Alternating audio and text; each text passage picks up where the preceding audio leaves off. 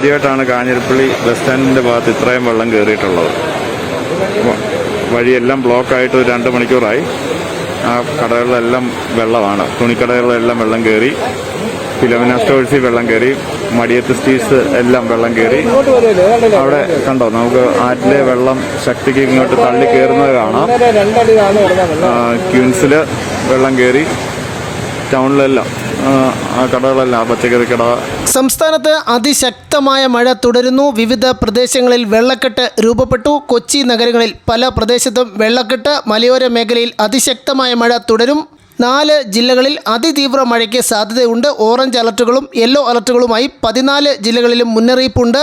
Detail ആയി വിവരങ്ങൾ നോക്കാം. എല്ലാ ദിവസവും അപ്ഡേറ്റുകൾക്ക് നിങ്ങൾ ഇതുവരെയും ചാനൽ സബ്സ്ക്രൈബ് ചെയ്തിട്ടില്ലെങ്കിൽ ഇപ്പോൾ തന്നെ സബ്സ്ക്രൈബ് ചെയ്ത് ഓൾ എന്ന ബെൽ ഓപ്ഷൻ കൂടി എനേബിൾ ചെയ്യുക. കൂടുതൽ ആളുകൾക്ക് വിവരങ്ങൾ എത്തിച്ചേരാൻ ആദ്യം ഒന്ന് ലൈക്ക് ചെയ്ത് കാണാൻ ശ്രദ്ധിക്കണം.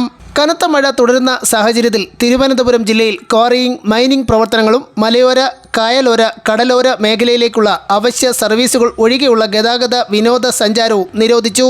തിരുവനന്തപുരം, ആലപ്പുഴ, കണ്ണൂർ, കാസർഗോഡ് ജില്ലകളിലാണ് ഇന്ന് വെള്ളിയാഴ്ച ഓറഞ്ച് അലർട്ട് പ്രഖ്യാപിച്ചിട്ടുള്ളത്.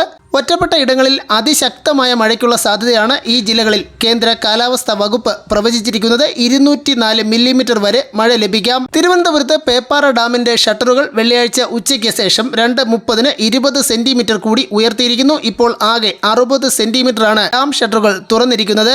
നിലവിൽ കൊല്ലം, പത്തനംതിട്ട, കോട്ടയം, എറണാകുളം, ഇടുക്കി, തൃശൂർ, പാലക്കാട്, മലപ്പുറം, കോഴിക്കോട്, വയനാട് ജില്ലകളിൽ യെല്ലോ അലർട്ട് നിലവിലുണ്ട്. സംസ്ഥാനത്തെ എല്ലാ ജില്ലകളിലും ഇതോടെ മഴ മുന്നറിയിപ്പ് നിലനിൽക്കുന്ന സാഹചര്യമാണ്. മധ്യകിഴക്കൻ അറബിക്കടലിൽ കൊങ്കൺ, ഗോവ തീരത്തിന് സമീപം ന്യൂനമർദ്ദം രൂപപ്പെട്ടിട്ടുണ്ട്.